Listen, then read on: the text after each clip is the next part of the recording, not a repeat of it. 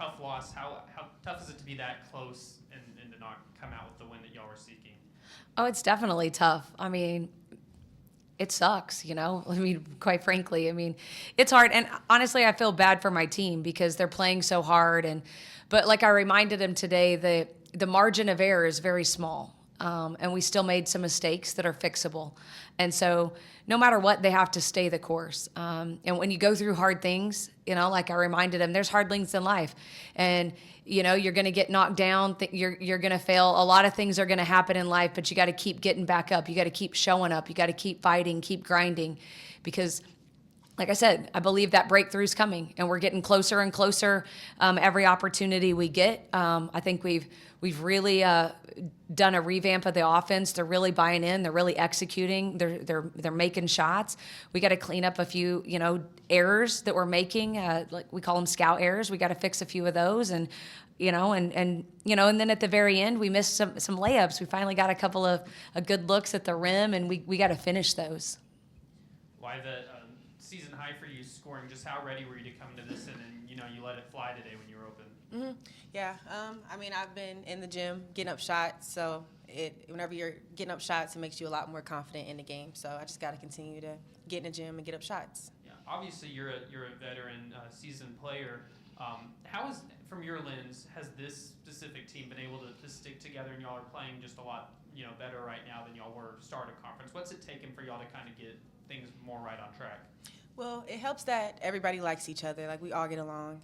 And then, we know that, this is Kelsi's first year. I mean, this is a new group, new team. So, I mean, we're just buying in for each other, just being where our feet are. And, I mean, we all believe in each other, and we know that we have what it takes. But, we haven't been successful yet, but we know that we're right there. So it's like we know we can't give up. And obviously this was just a much different game than the one that y'all played up there in Columbia. What do you feel like y'all did differently this time to make it such a back-and-forth competitive game? I feel like we just executed her game plan better. I feel like whenever we went to Columbia, we just didn't play. We weren't there, honestly. We didn't show up. So I feel like this time we actually just executed the game plan. Coach, y'all didn't shoot your first free throw until, I think, 40 seconds left in the third quarter. Have you ever been a part of a game like that, or you haven't seen your team be at the foul line until that late? Not in a long time. I quite frankly can't remember the last time. I thought we were really trying to get to the rim. Obviously, we were spraying it for some threes, but I honestly don't remember the last time I've been a part of a game that took my team that long to get to the free throw line. Right into the second half, Emily hit a three, then Ashley had a layup. You go up by two, and then Mizzou comes back with an 11-0 run. How big was that run and kind of turning the time of the game? I definitely think it was a turning point. I think that's when we called the timeout, and we had to settle back in. And like you said, we took that lead, and then we allowed them to get some buckets. I think they were off of some defensive errors that we created on our own because we weren't communicating and getting in the right spots. Against LSU and Kentucky, you played really well in the first half, and then through the third quarter, and then it kind of slipped away from you. Tonight, didn't come out with the win, but probably your best wire-to-wire effort of the year. What goes into that? What goes in from seeing a team play really well for a half or three quarters, and then seeing them play really well and just come up a little short? I think as long as we stay the course, hopefully it gives them confidence. I thought, like I told them in the locker room, we hit 14 threes. We still scored at a high rate. We had 16 assists and only 8 turnovers. So I think we're starting to clean it up in certain areas that we needed to. We're really starting to continue to attack the rim and share the basketball. They're all capable of scoring. We've just got to shrink our defensive errors and shrink some of our transition errors, and then continue to take great shots. There were a few spans in there where we took a few rush shots, and we could have probably got a better one. We got to make sure we clean that up. Like I told them, the margin for error is very slim. Did you feel like this was a game y'all would take 43 three-pointers? Is that kind of like what y'all thought might be there, or is just how the game flowed? I told them we gotta let it fly. We can't be scared because they're gonna mix it up. They're gonna run a man. They're gonna run a zone.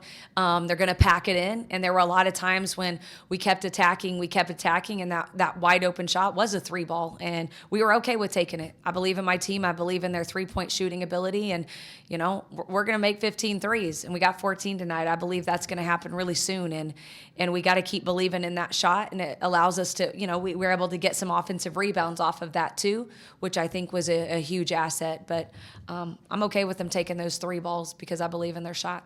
Yeah, obviously, Slaughter's a handful to try and, I'm sure, match up with. But what were y'all doing to try and throw her off, and what makes her just such a tough player to go against?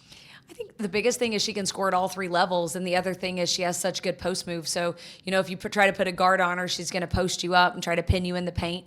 I thought there were a few times when we did have a guard on, our backside help was late. You got to be there on the catch. You can't be there after she catches it, then you're too late. So I thought a few times with our game plan, our help and our rotation that was supposed to be on her was a step late, and that cost us a couple of buckets that she was able to get. Wyvette, obviously for Bonnie, her shot wasn't falling tonight, but she slid 13 rebounds, 7 assists. I guess what's it like to have a teammate like that even if like one thing isn't going right, she's still doing the other stuff? It's great. I mean, we all love Bonnie. She's just one of those players that she's going to play hard the whole time. Like, she's not going to stop. Like, she's constantly playing hard. And, I mean, honestly, it makes me feel a lot better just knowing that she's on the court with me, to be honest. And then Kelsi, I'm just curious with Jenna, of course, her roles kind of evolve from, maybe minutes and non-conference and stuff. Kind of guess what's the step for her to get some more minutes compared to like how she did in non-conference play? I think the biggest thing is, for my team from top to bottom, it doesn't matter who it is. I think knowing your defensive assignment, limiting our errors, and obviously, we want everyone, everyone kind of has that green light. I feel like they've got the green light. I feel like they all feel confident in that. And so, being able to make shots, but sometimes it comes down to matchups in a lot of instances, and who we're playing and who can match up and who kind of gets in a rhythm the quickest, especially off the bench. And then, we got to ride our runs at this point. So just, I feel like the other way is in practice, when you're honed in and you're focused in practice, and depending upon the matchups in the game, then that's where a lot of that comes from. Yeah. And then I just wanted to ask about Emily. This is the third game in a row that she's had a pretty high assist number. Just where have you seen her maybe develop to where she's, it seems like, whenever she's getting people helping on her, she's kicking it out a lot more? I think that's something we've really been working on in offense. So we do a lot of breakdown. We're really focusing on trying to get paint touches and sharing it. So she really takes heed to that. I think that's the one thing she'll really try to do what you ask of her, and she'll try to execute that game plan. And so when she attacks, she knows if she's got a straight line to the rim, but if not, she's going to try to find her open teammate to try to get someone else a shot. And that's one of her goals on a daily basis, I believe. Coach, you've gone through SEC play and you've seen your team evolve. Has your message to them changed at all? You kind of in the middle of the drought, is that something where you try to mix things up with what you're telling, or do you try to keep continuity and just keep, like you've been saying, stay the course?